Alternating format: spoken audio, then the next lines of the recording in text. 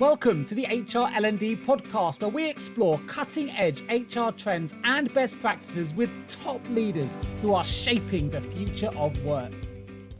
Hello and welcome back to the HR L&D Podcast. My name is Nick Day. I'm CEO at JGA Recruitment Group, and we are specialist global HR recruiters. And today I'm joined by Beth Ridley, who is CEO of Ridley Consulting Group. And we're going to be talking today all about diversity, equity, and inclusion. Now, Beth herself, she utilizes over 25 years of leadership and consulting experience to help companies simplify what it takes to embed DEI and best practice into organizations. So for those HR leaders listening to this right now who need a little bit of DEI support, this is going to be the show for you. We're going to be demystifying, we're going to be simplifying, and we're going to be implementing strategies today with Beth's expert knowledge to help you all make it simpler than it needs to be. Now, with Beth's experience, she's been leading diverse teams in 5 different countries, as well as leading DEI for Fortune 100 business.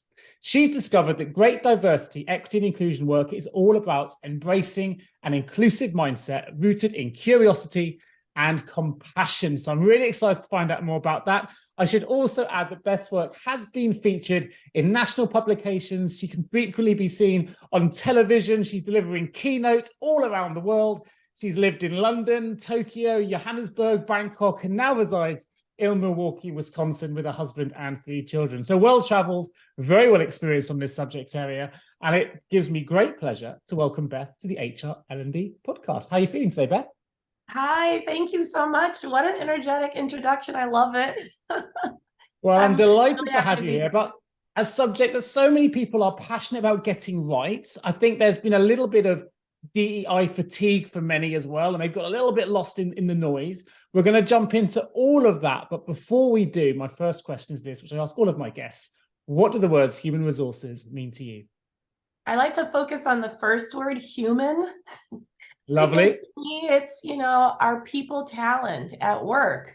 I think a lot of times people say human resources and they boil it down to just workers, almost like robots, people, just like people who show up and just only do work. But we are humans who are engaging in hopefully something related to higher purpose and meaning, why we're all coming together for a particular organization. So I always think we do human resources right if we think of we're humans first and foremost. We're not robots.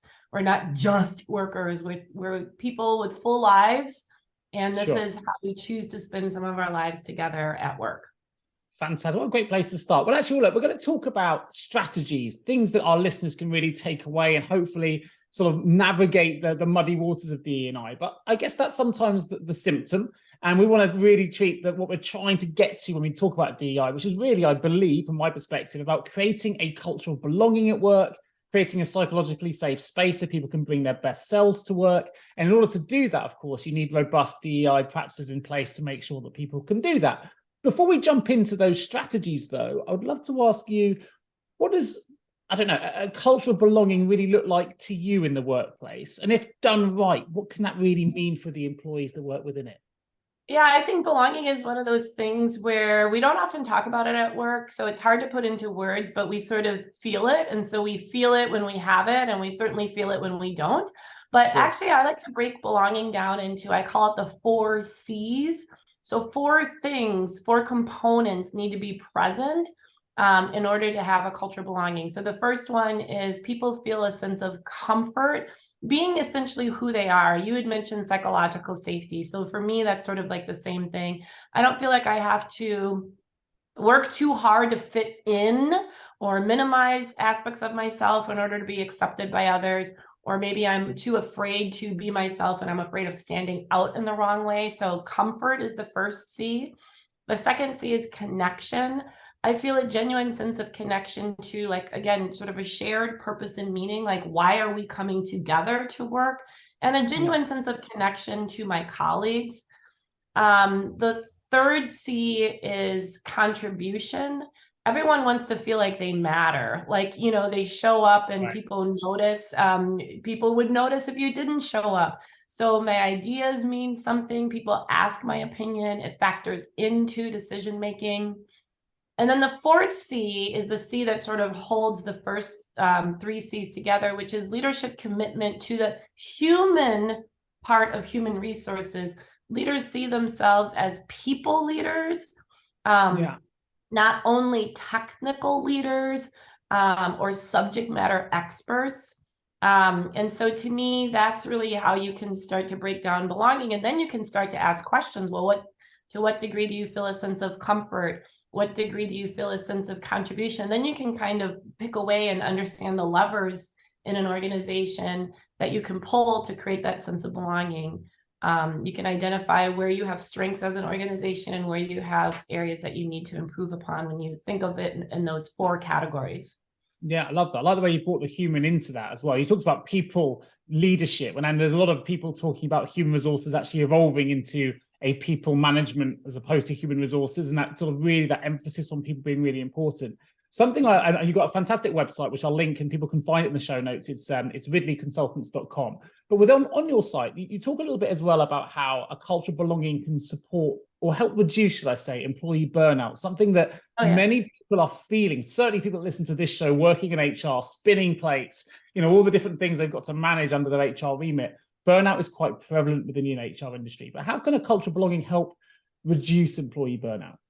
Yeah, I mean, a culture of belonging, it has a lot of benefits. Reducing stress and anxiety is one of them, because again, one of the biggest stresses at work is, again, just sort of navigating the culture, figuring out how to fit in.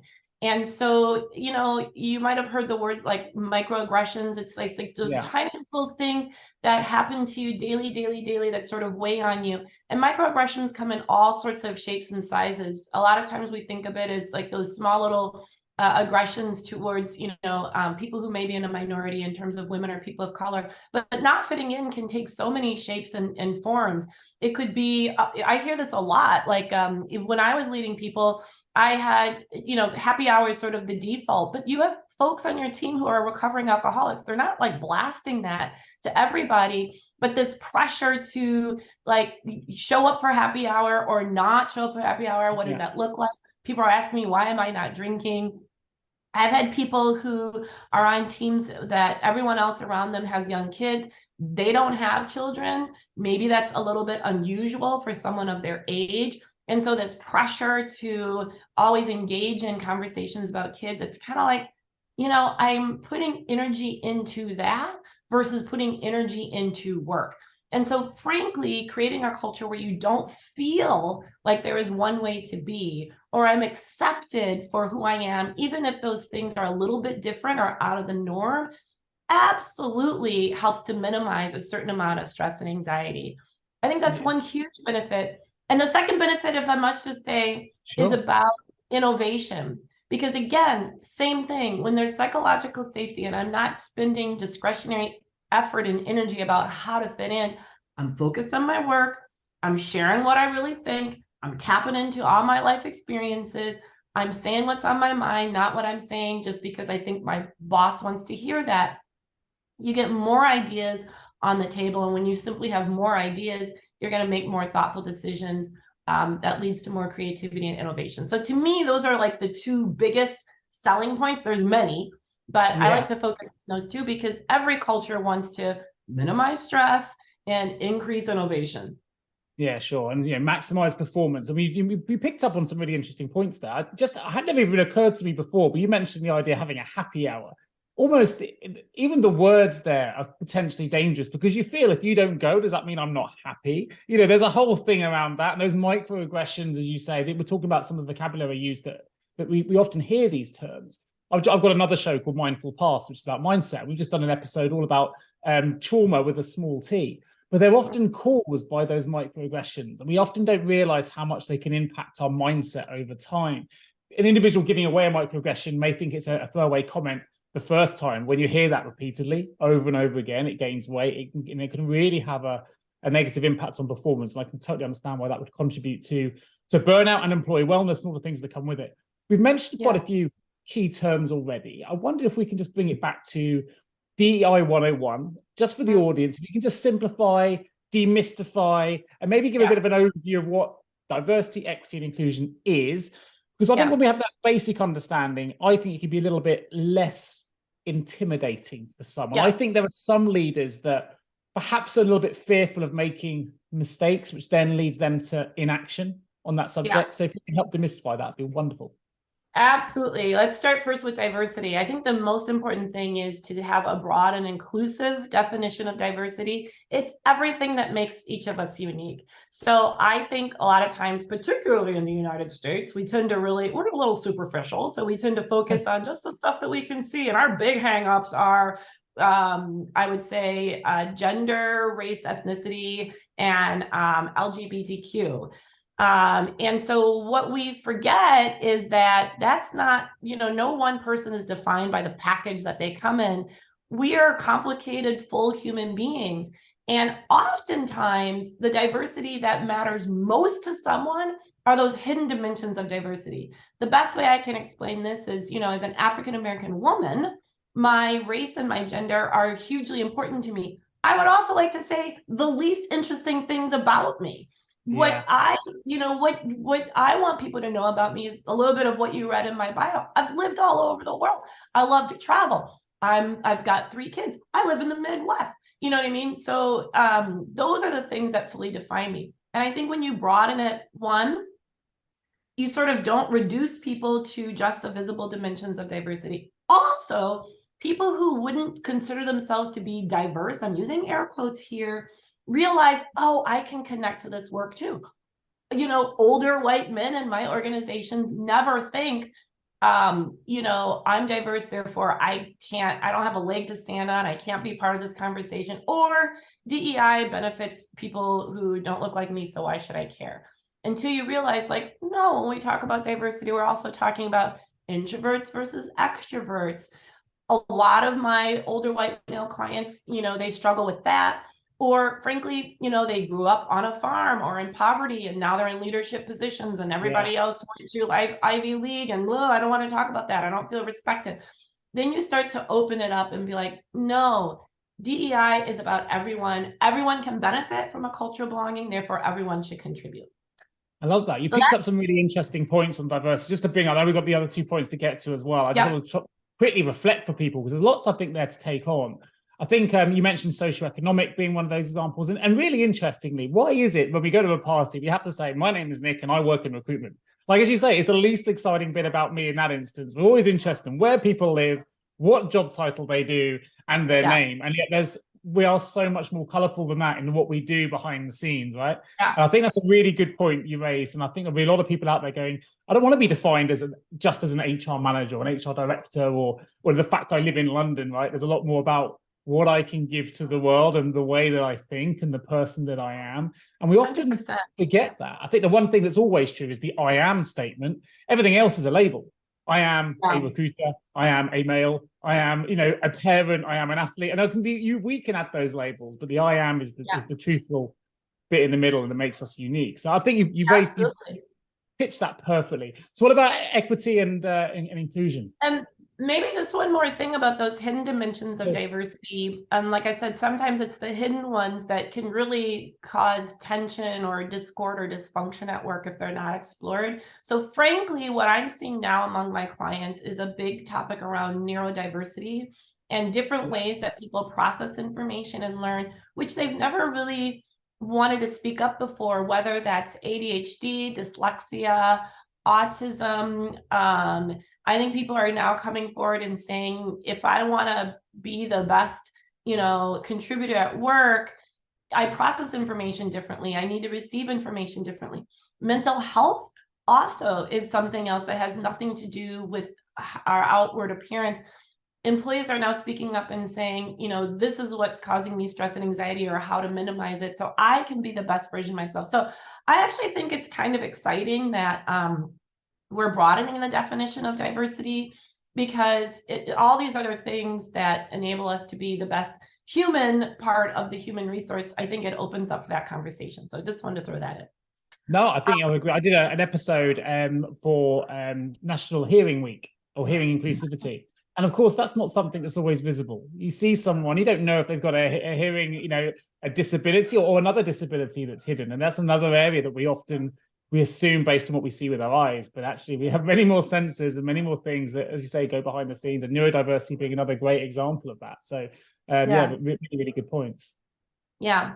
Okay, so for inclusion, I'm really excited about this one because a lot of people will be like, I'm inclusive, we're an inclusive culture, we're so polite and professional. And generally that is true. But oftentimes people confuse inclusion, and it's really just a culture of tolerance. Now, tolerance, it's not bad, right? No one's specifically being excluded or targeted or anything like that. But tolerance is exactly how it sounds. I see that people are different. I appreciate differences. I'm cool with differences, but sort of you do you over there, I'll do me over here. Let's just connect on where we can agree, where it feels comfortable and safe, and we're not going to tread into like diversity or what makes us different. And I think that's okay. A tolerant culture is okay. But, I would say most cultures don't want to be just okay. They want to go from good to great or great to best in class. And that requires just a little bit of discretionary effort to move from tolerance to true inclusion. And true inclusion means you are willing to embrace differences that make you uncomfortable, that maybe you disagree with, that you have no experience with, because diversity in and of itself is an asset for all the reasons that we talked about. Diverse perspectives leads to better decision making. And I think to get to true inclusion, people have to practice respect. I may not like what you say or your lifestyle or agree with your beliefs, but I respect it. That's the first step. And then the next step is I actually appreciate it. And even if I don't agree, I'm seeking to understand, because opening my mind to different perspectives, even if I'm against them, simply makes me more thoughtful, more informed, opens up the possibility. So that's the difference between tolerance and true inclusion. I really want people to think about, you got to work a little harder for inclusion. And if you're not putting in that work and you're just being nice, you're sticking in your comfort zone, you're connecting on where you have similarities, and that's tolerance. Tolerance is not bad. Most of us are tolerated at work. And it's not bad. We show up every day. But I mean, your listeners, I think, are interested in doing more than just being decent. Absolutely. Yeah. And it's having that awareness, isn't it? That curiosity and that awareness to do better and to improve. So what about equity? Because equity is often misunderstood. Here in the UK, we only really talked about equality. We've moved from equality to equity, and it's absolutely right that we should. I understand the definition, but I'd love to get your take on what it means to be equity. So in a workforce context, I really do keep it simple. And I like to say equity is just really about where can we be flexible, recognizing that everybody is different and has different needs in order to achieve an equal level of success. So the desired outcome is equality. We want everyone to have equal opportunity, be equally set up to succeed. Equity means we just have to be a little bit flexible in our approach to get there. And if I take, again, sort of the neurodiversity example, or your example with hearing needs, someone who is hard of hearing, maybe their equity is they need things with captions or always the transcription to a meeting or something like that in order to equally have the opportunity to contribute. So to me, it just means thinking a little bit more creatively than just one size fits all. That's efficient, but it may maybe work for 80%. But again, 80% is a tolerant culture. We would want to try to be as inclusive as possible. That means a little bit of flexibility. And the first pushback I get is, we can't do everything for everybody. We'll never make everybody happy, and we don't have enough resources to modify something for everybody. That's more equality now, isn't it? This is that's more equality. And I tell them, that's actually a fair point. Like, we're not working here with unlimited resources. But I would also say, oftentimes we don't even ask the question, what could we do a little bit differently? How could we be more flexible? Often the answer is not that big of a deal, really, especially if you involve the person who might need something, a little bit of flexibility, like what are your suggestions for solutions? But I say, before we say can't do it, at least pause to ask whether or not, there's a different option. And actually, that brings us back to the curiosity piece. You may have seen it. There's a really interesting graphic that I think explains this or shows this quite well, of 3 people trying to see over a fence to watch a baseball game. And they're all different heights. And equality would be giving all 3 of them the same size box. Well, the first guy doesn't need it because they can see over the fence because they're tall enough. The second person can see over with the fence. The third person's still too short to be able to see. But that's equality. Equity would be giving a bigger box to the shortest, a medium box, and no box to the other, right? So they all get the same view. It's a really nice graphic out there which people can find. And it's so funny. So I have clients who will then take it one step further and they'll say, how about we remove the fence? Yeah, I've heard that as well. I've heard that. If you know the graphic, that's like burn it all down, like systemic change. So yeah, I was like, yeah, I like that. I like where you're going with that. But let's start somewhere. Now, hopefully, I would like to think that most of the audience listening to this show, being HR professionals predominantly, they've probably already started their journey to be more equitable, to be more inclusive, to be more diverse. It's certainly very high on HR agendas at the moment.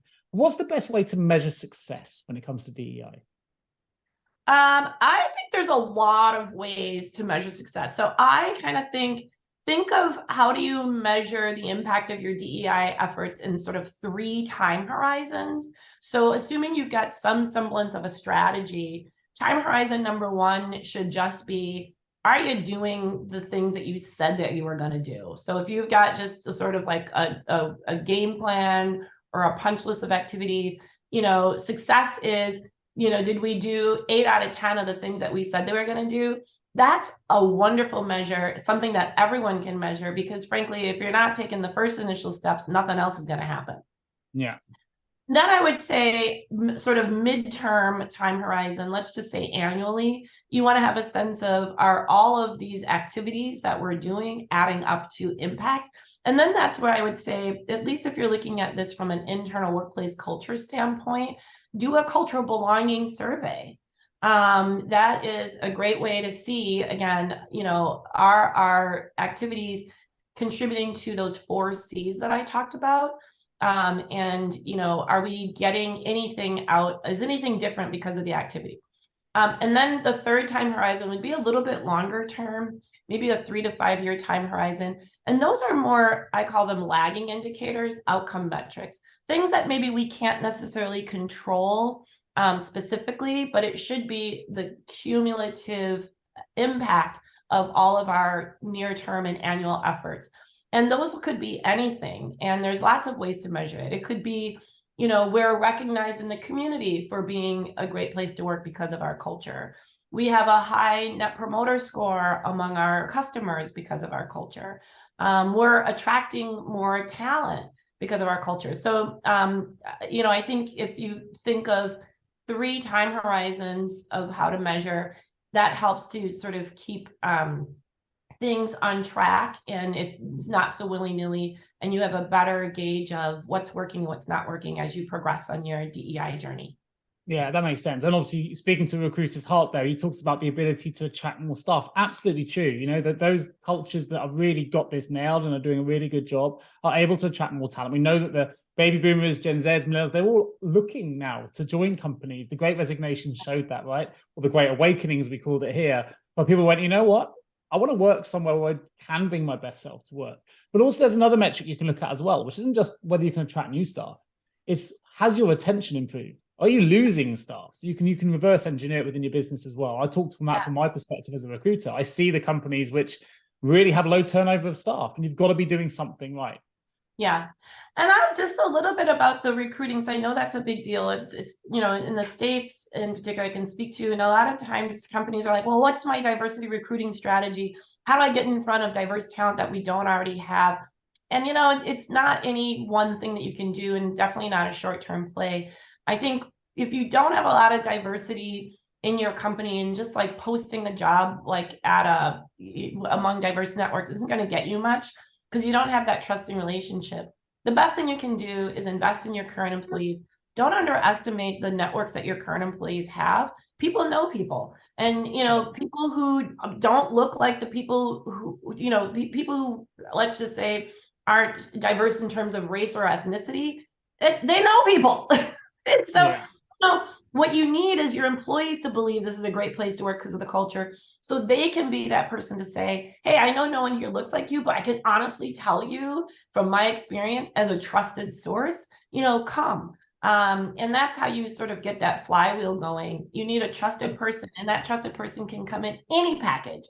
I think also you talked about the variety of places to go. That it's also understanding, if you work in internal talent, that LinkedIn is not the panacea. That means that everybody is on LinkedIn, right? Just by definition, if you're only using LinkedIn as your central resource, then there is a shared level of characteristic between people of color, between gender, because they're on that social platform. There are certain characteristics of people that will go onto that platform, and the introverted, or those that socioeconomically can't afford to be on the platform, or just choose not to be on it for other reasons, are therefore completely missed from your searches. And there's a huge number of people that aren't on LinkedIn. I do think there's been a bit of a, talking as a recruiter, a real issue here where people think there's a one source solution. Of course, there isn't. You need to be more diverse in the way that we recruit diverse talent, which I think is really interesting as well. Great point. From your side, what are some of the trends you're seeing then at the moment? Because this has been pretty high on HR agendas now for quite a period of time, and rightly so, with certain things that have happened in the world as well, have sort of pushed it either higher in the agenda, or it's dropped down again when something else comes in, and we've had to deal with a pandemic and all these things happening. But I feel like it's getting a little bit of momentum again at the moment. And I wonder what the trends are that you're seeing in your world that maybe our listeners may not be aware of, or maybe they're seeing it coming but don't know how to prepare for them. Yeah, no, it's a really interesting point about the trends. So, somebody's always asking me, well, when is this going to go away? And I don't know. It's like, as long as I've been working, like for 30 years, there's always been some version of diversity, equity, inclusion. It looks a little bit different, and it continues to mature and evolve, but it has yet to go away after 30 years. So to me, it means like it's an ongoing conversation. So it's always a good time to jump in, because at some point you're going to be sort of having to respond. So are you part of the conversation and setting where things are going? Are you responding to it?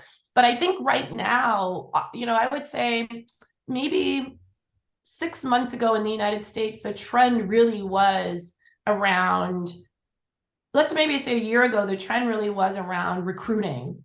We had more open positions. We needed bodies to support our growth. So we're looking for people in places that we've never looked before. Example, I work a lot of financial services. They tended to hire right out of college. Those folks were taking other opportunities. A pool of talent were school teachers. They were burned out from the pandemic, wanted different careers. Well, that's diversity. How you recruit and onboard a teacher is very different than a college student. So that was probably about a year ago. Then it was, I think, more about like, how do we bring people back into the office? Now we have to have more flexible approaches. People need different things to feel that it's worth coming into the office, or if they never want to come back, can we be more flexible with our policies? So that was sort of where DEI came into play. Retention is a big piece.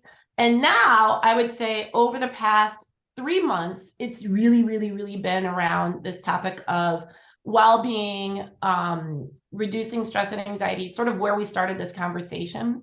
I see a lot of partnership between the DEI resources in a company and the employee wellness resources, and how do we collaborate and be more efficient with our resources, since belonging and wellness are so complementary. And I would say another trend here in the United States, to be very curious what you're seeing across the pond, is around ESG, so environmental, social governance.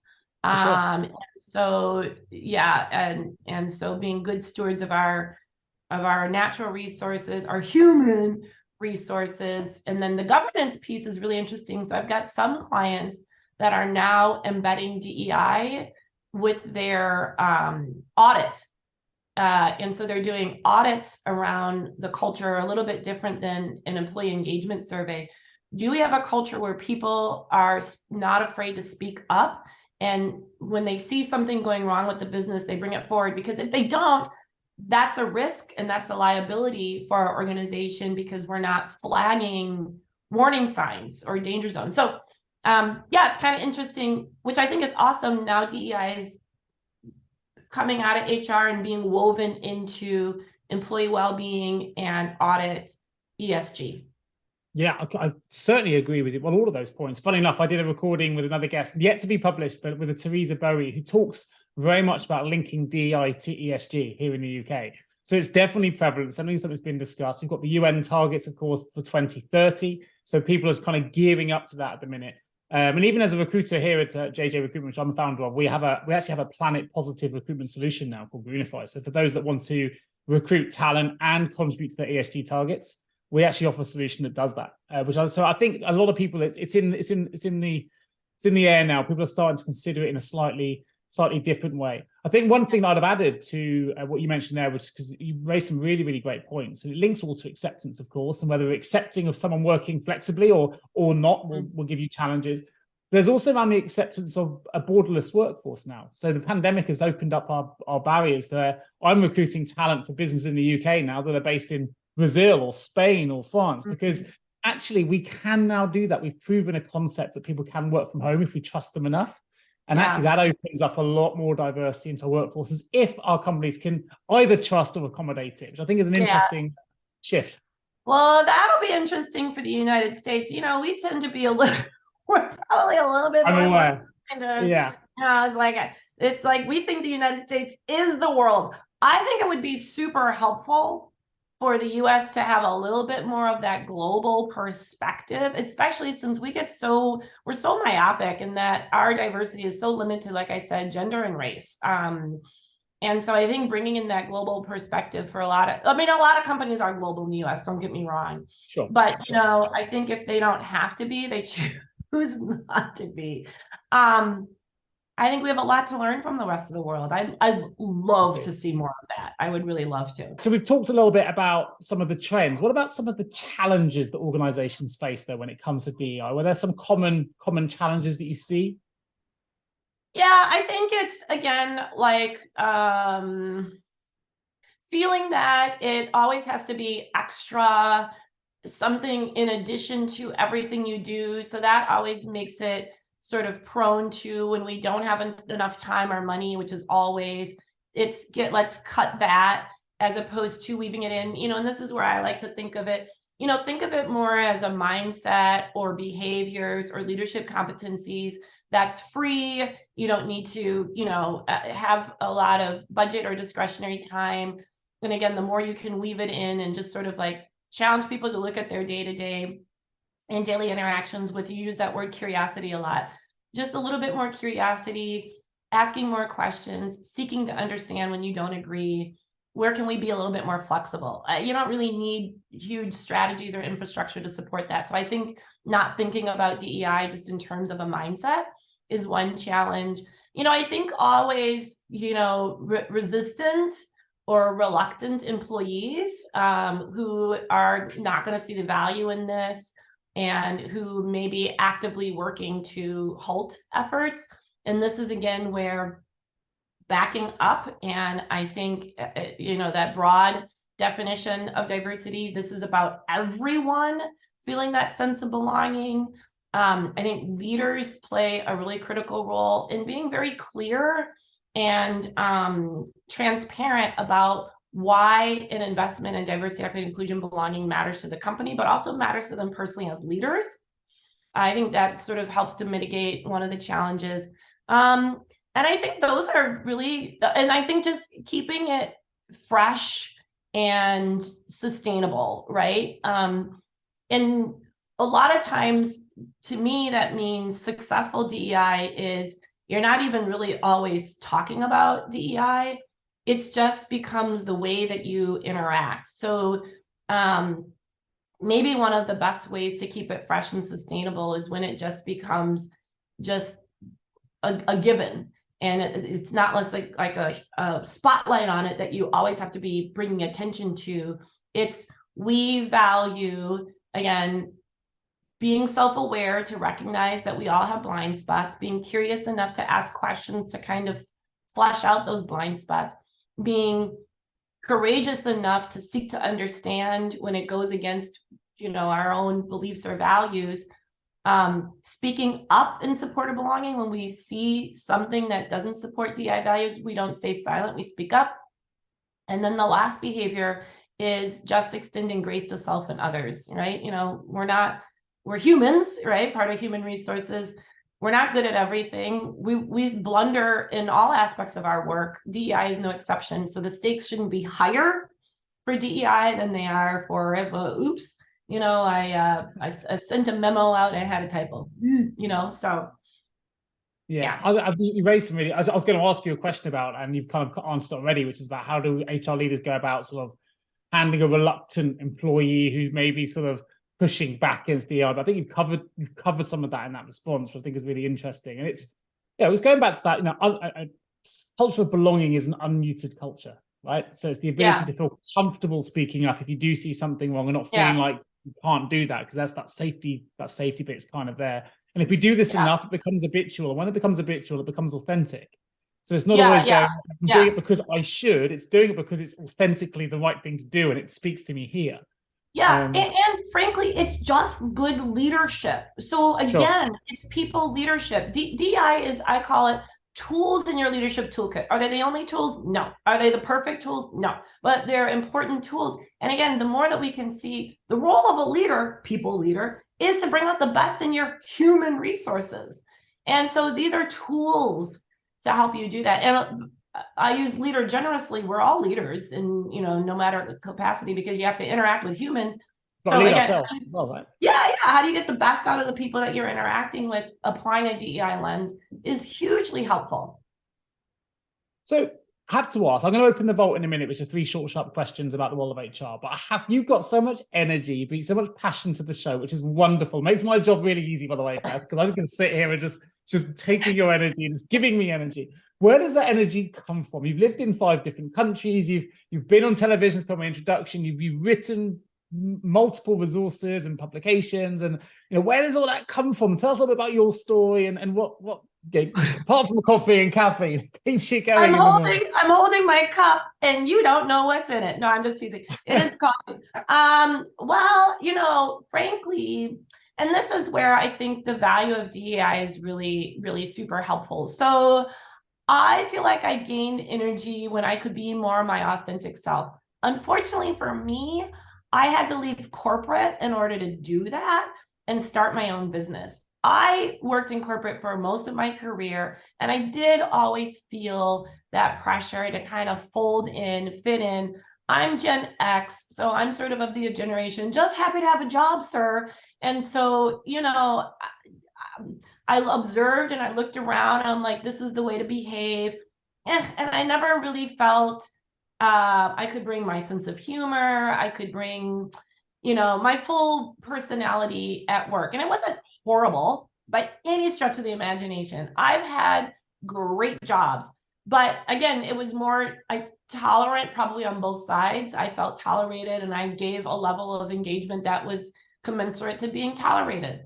I would think it was, I don't know, at a certain point, I just was like, I'm not going out like this.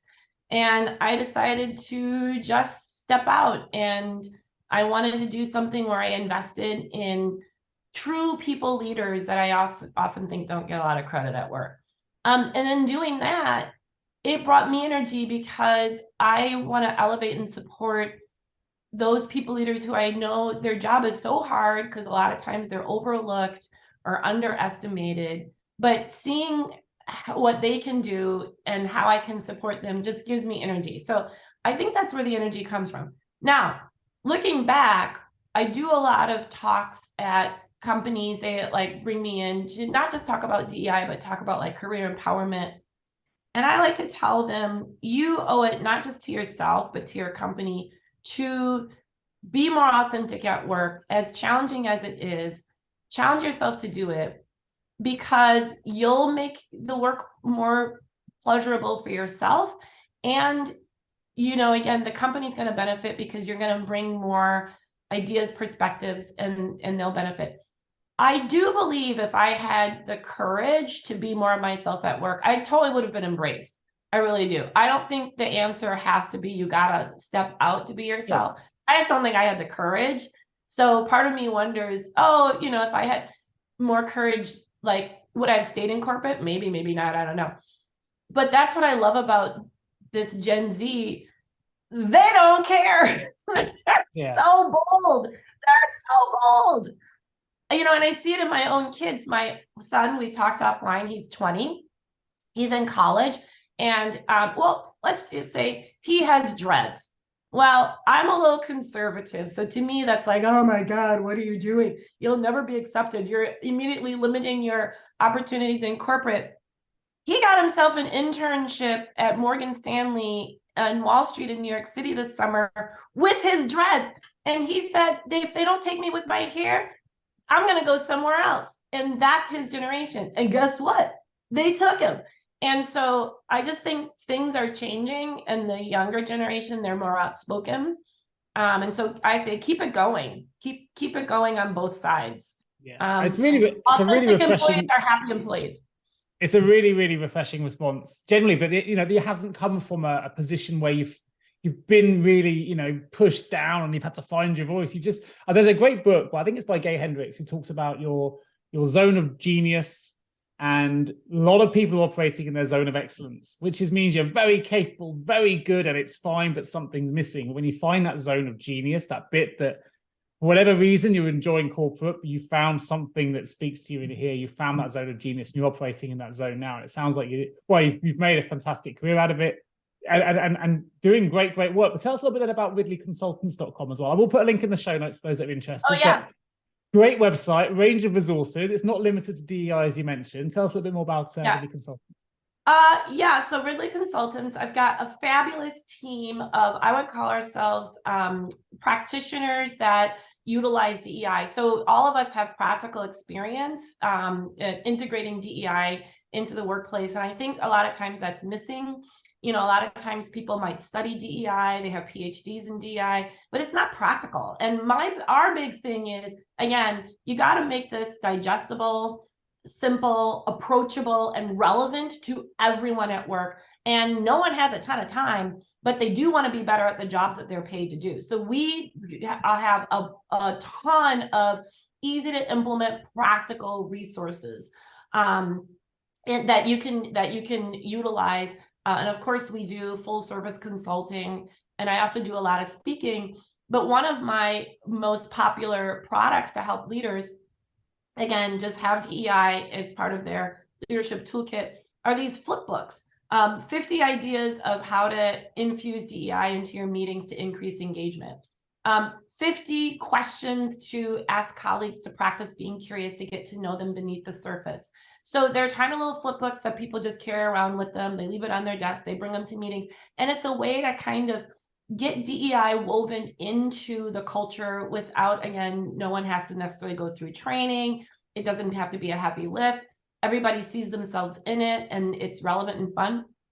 So if your listeners want any of those complementary digital versions of the flip books, you can just go to Ridley Resources. My last name, Ridley, ridleyresources.com. And you can sort of get a feel for some of the stuff that we do to help people. Fabulous. I'll make sure that link is also in the show notes, so everyone can go straight through the show notes of this episode, right through to those wonderful free resources, which I think is absolutely fantastic. And you know what, as well, a lot of HR consultants and directors and businesses are trying to create a coaching culture. The reason I mentioned that is you talked about questions. Most of this curiosity, the flip books, it starts with really intelligent questioning. And if you've got a resource there that can provide those questions to help people do this, make DEI more effective, and it's free, why wouldn't you go there, download it, utilize it, make use? Because if those are people aren't convinced yet, I certainly am. We've got a real expert today on the show who's doing this all around the world. And I think it's a fantastic opportunity for people to get something free and really help their own organizations. One other thing I'm going to just quickly mention, it popped up in my head, and I meant to mention it before when you talked about leadership and effective leadership. I think what you said resonated with me because it's about authenticity and authentic leaders, which people think leadership's really hard or can be challenging. But I think if we're authentic in the way that we lead, which means speaking up, when you mentioned speaking up, it means showing vulnerability as a leader and all those things. If you're being authentically you, actually it doesn't have to be as challenging as many people perceive it to be. It's just asking, what would I actually do here? What am I feeling inside? What's authentically me? And lead in that direction. Usually, trust your gut, for want of a cliche. You touched upon a lot of that, and I think it really resonated with me as a leader, and hopefully it resonated with our audience as well. Yeah. So Beth, we're going to open the HR L&D Vault. 3 short, sharp questions. First one is this: if you could give one piece of advice to the world, what would it be? Just one? Just one. Well, I would say a little bit of what you said about just what brings you, what is your strength? And the strength is something you're sort of innately good at, but also brings you joy to do, and find more ways of doing that. That's also along the lines of authentic leadership. But, I think the more people who can do what brings them joy in the world will be a better place. So I would say, as much as you can do that, do that. I'm all good with joy, and well-being starts with ourselves. It's innate anyway. So what a great start. If you had the opportunity, what advice would you give to a younger you just starting out in this new world of work? And you've intimated a little bit of this with your son's example, but it'd be great to hear what you might do. Yeah, I would say just have a little bit more confidence, being me, and not worrying so much about trying hard to fit in. I think, that would have maybe given me a little bit more sustainability in the corporate America, without feeling like every day is exhausting because I have to be a little bit of who I'm not. Yeah, the conformist bit, which is tiring, right? And you talked about that right at the start, full circle there, with burnout being linked to company culture and inclusivity, which is great. And last but not least, what is the one guiding principle or behavior that you've seen in every great leader that you've worked with? Oh, well, honestly, I do think it's that curiosity. So I'm going to give you 3 behaviors, and I'm going to roll them up into one. Go for it. I don't know the word to call it, but I do think curiosity has 3 parts to it. One is a certain humility to know that you don't know everything, and not any one person has a monopoly on the truth. So I think you tend not to be curious if you think you know it all, because what are you asking? So I think it starts first with a little bit of humility. Then the courage to ask. Sometimes asking shows vulnerability because you're admitting, I don't know. So I think there's a little bit of courage. And then I think the discipline to not poo-poo anything you hear that doesn't align with what you hope that you would hear. And that's the seek to understand. So I'm going to put that all in one big bucket. I don't know what to call the bucket, but I'll put it in like that big bucket. It's a good bucket. That's fine. It's a good bucket. It reminded me of a bit of a UK and American combo here, of the About a Zoo movie with Matt Damon, which is based on a real zoo, which is down the road from me, Devon.